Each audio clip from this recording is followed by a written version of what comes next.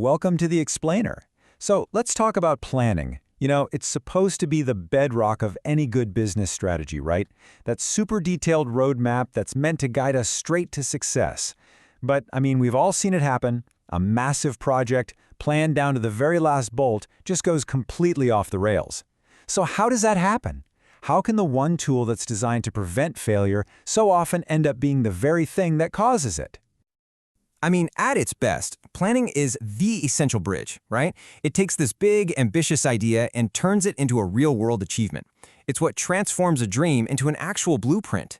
You can think of it like, it's like laying down the tracks before the train has even left the station. It feels like such a necessary, logical first step, doesn't it? And right there, that's the paradox we're diving into today. If planning is so critical, so essential, then why is the corporate world basically a graveyard for beautifully crafted but totally dead 5-year plans? It really comes down to this constant battle, this tension between our need for order and, the wild, completely unpredictable nature of the real world. All right, so here's our game plan for this explainer. First, we're going to talk about the planner's promise, why we even bother with planning in the first place. Then we'll get into the real meat of it, the pitfalls. What happens when plans become cages, the very real human cost of planning, the price of foresight, and what I'm calling the ultimate flaw. And to wrap it all up, we'll look at how to see planning for what it should be, a tool, not a rule.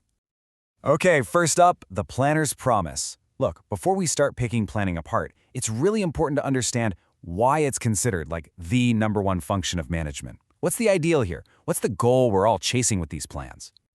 So at its very core, planning is just about this, creating a clear path forward. It's not just deciding what to do, but really figuring out how to do it. It's the thing that's supposed to fill the gap, to connect where we are right now with where we want to be in the future. And when you look at the promised benefits, wow, they are huge.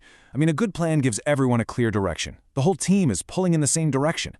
It's supposed to reduce that feeling of uncertainty by, trying to anticipate the bumps in the road. It's meant to cut down on wasted time, wasted money. It can even push for new ideas because it forces you to think things through. Plus, it can make tough decisions a little easier because you have this logical framework to fall back on. And maybe most importantly, it sets the standards for control. It tells you if you're actually winning. On paper, it sounds like a perfect system, right? But, as we all know, on paper and in reality are two very different places. So let's get into our second point and see how that great strength, that clear, unshakable direction can suddenly turn into a trap, a cage. Okay, so the first and honestly the biggest trap is rigidity. Here's how it plays out. The company creates this beautiful, perfect, well-defined plan. It dictates everything that's going to happen. But then, boom. The market shifts. A competitor does something unexpected. A new technology pops up out of nowhere. And suddenly, your managers are completely trapped. They can't deviate from a plan that, overnight, has become totally useless. The plan itself has become the cage. And this, right here, is the fundamental conflict. A plan is designed for a world that's stable and predictable. But the world we actually do business in, it's dynamic, it's chaotic, it's constantly changing. The plan screams for rigid obedience, but reality demands flexibility and quick adaptation. They are just pulling in completely opposite directions. Just think about all the ways the world can flip upside down overnight. A government changes an economic policy. A new regulation comes out. There's a hurricane that messes up your supply chain. A new social trend goes viral and totally changes what your customers want. Or your main competitor launches something out of the blue. Any single one of these things can make that plan you spent months on totally irrelevant in an instant. So, that inflexibility in the face of the outside world, it creates this huge problem inside the company. Which brings us to our third point, the human cost. Let's talk about what all this rigid planning does to a company's most important asset, its people. Yeah, let's be real for a second about how planning usually works, right? It's almost always a top-down thing. The grand strategy gets cooked up in the C-suite, in the boardroom, and then it's just handed down the chain of command for everyone else to execute. And this quote just hits the nail on the head. When that plan comes down from on high, everybody else's job description basically changes. You're no longer a thinker, you're a doer. You're an implementer. Your job is to follow a script that you had absolutely no say in writing, even if you're on the front lines, and you can see a much, much better way to do things. And what's the result of all that? Well, it's a massive creativity drain. When people are just told, follow the plan, follow the orders, any sense of initiative just withers and dies. Why bother trying to find a smarter solution or innovate when it's not your job? The crazy thing is, the very creative problem-solving a company desperately needs to survive is actually stamped out by the planning process itself.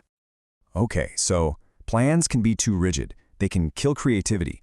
But there's another cost, a much more tangible one, and that's the sheer amount of time and money that gets sucked into the planning process itself. Yep, planning is like a vampire for two of your company's most precious resources, money and time.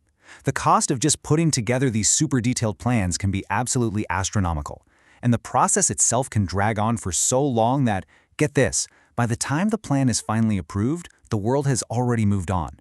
It's obsolete before it's even implemented. So where does all this cost actually come from? Well, just think about it. The endless, mind-numbing boardroom meetings, the pricey consultants you have to bring in, the months of preliminary investigations just to see if an idea is even possible. All those man-hours just gone, spent checking facts and figures. It gets to a point where sometimes the cost of making the plane is so high it completely wipes out any benefit you might have gotten from it. All right, now we're at what might be the most humbling problem of all. After all that time, all that money, all that effort, after dealing with the rigidity and the human cost, we have to face one simple, inescapable fact. A plan doesn't guarantee success, not even close. And this is such a classic trap, isn't it?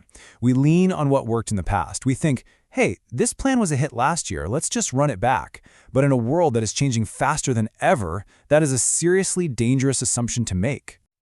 And this really is the ultimate flaw. Relying on past success gives you this false sense of security. It makes you complacent. It makes you blind to the new threats that are just around the corner. And the irony is just perfect. Believing your brilliant plan is a guarantee of success is one of the fastest ways to fail. So let's just recap for a second. If planning can be rigid, kill creativity, cost a fortune, and doesn't even guarantee success, what's the point? Should we just ditch it altogether? Is it just a massive, useless exercise? Well, the answer is a big, fat no. But, and this is a huge but, we have to completely change how we think about planning.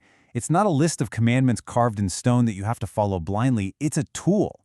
And just like any powerful tool, you got to use it with caution and you got to use it with skill. And this might be the most important thing to take away from all this. The real value isn't in the plan, the document itself.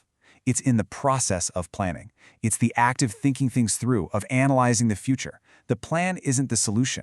It's just the starting point for a conversation that should never, ever stop.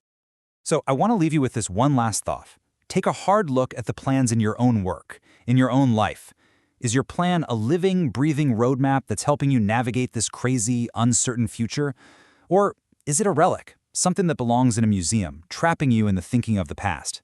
Because honestly, the answer to that question could make all the difference.